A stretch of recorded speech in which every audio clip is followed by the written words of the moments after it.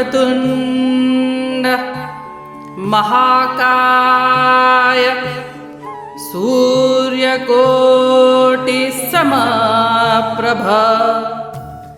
निर्विघ्नं कुरु मे देव सर्वकार्येषु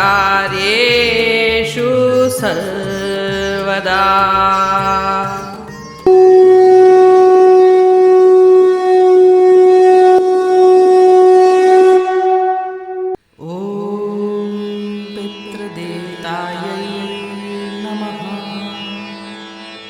मोटिवेशनल स्पीकर आहिन माया वसंदानी।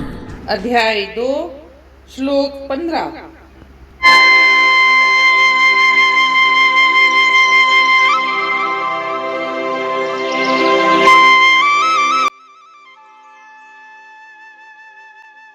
यम ही न व्यथन्त्येते पुरुषं पुरुषर्षभ समदुख सुखम धीरम सोमृतत्वाय कल्पते।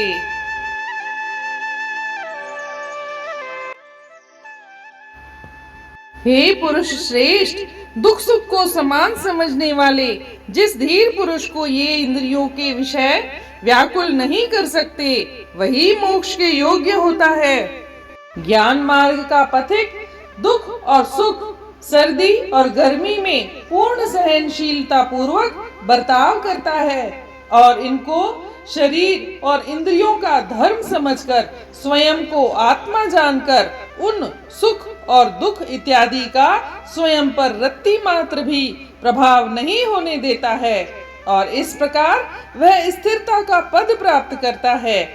यद्यपि ऐसे अनेक हैं जो ऐसी दशा में अहंकारी यानी घमंडी हो जाते हैं, पर जिस पेड़ में फल लगे रहते हैं वह सदा झुकता ही है और उसका झुकना कितना सुंदर लगता है। जीवन मुक्ति का यही फल है कि ऐसी गंभीरता प्राप्त करके अहम को मार कर विनम्र हो जाएं। संसार में सुख दुख हर कोई भोगता है, पौरुष तो है ही दुख सहन करने में।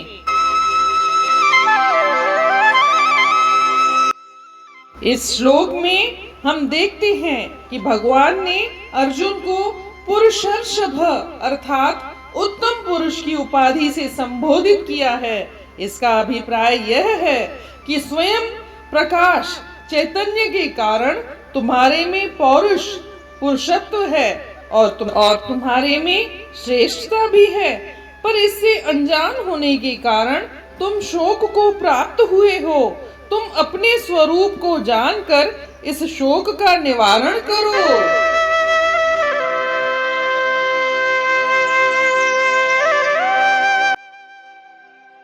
O Arjun, noblest amongst men, that person who is not affected by happiness and distress and remains steady in both becomes eligible for liberation. He who has controlled the senses, who is not attracted by worldly objects and who is equal-minded in pain and pleasure is the best of men. Worldly greatness is not enough, but along with it, one should acquire spiritual excellence also.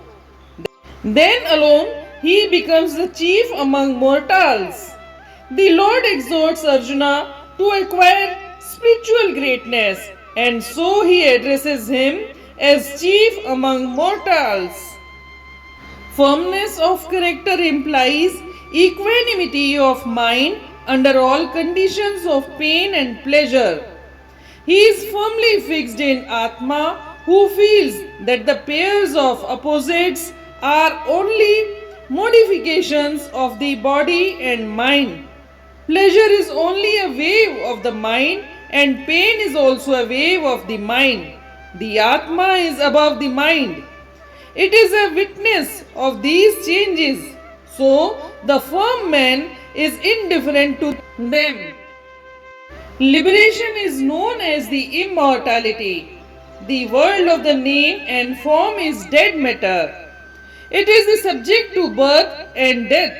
The state of Atma is deathless. So, liberation is not something to be acquired fresh by men, but it is his essential nature. It is not something existing in the heaven or sky. It is immortality here and now and forever. He who attains this state does not come under the power of death. He has no need to take a body again.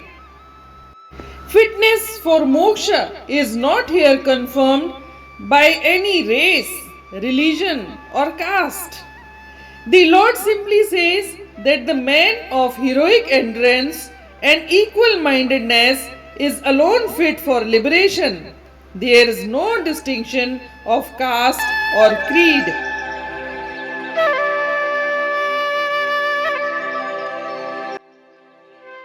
न मर्द आ जहते से कन था असर, न भासीन जंहिंखे उहे ॼाण नर, न अहिड़े जो थे मन थो डोलाए मान, अमर आहे सो ऐं अजब उन जो शान।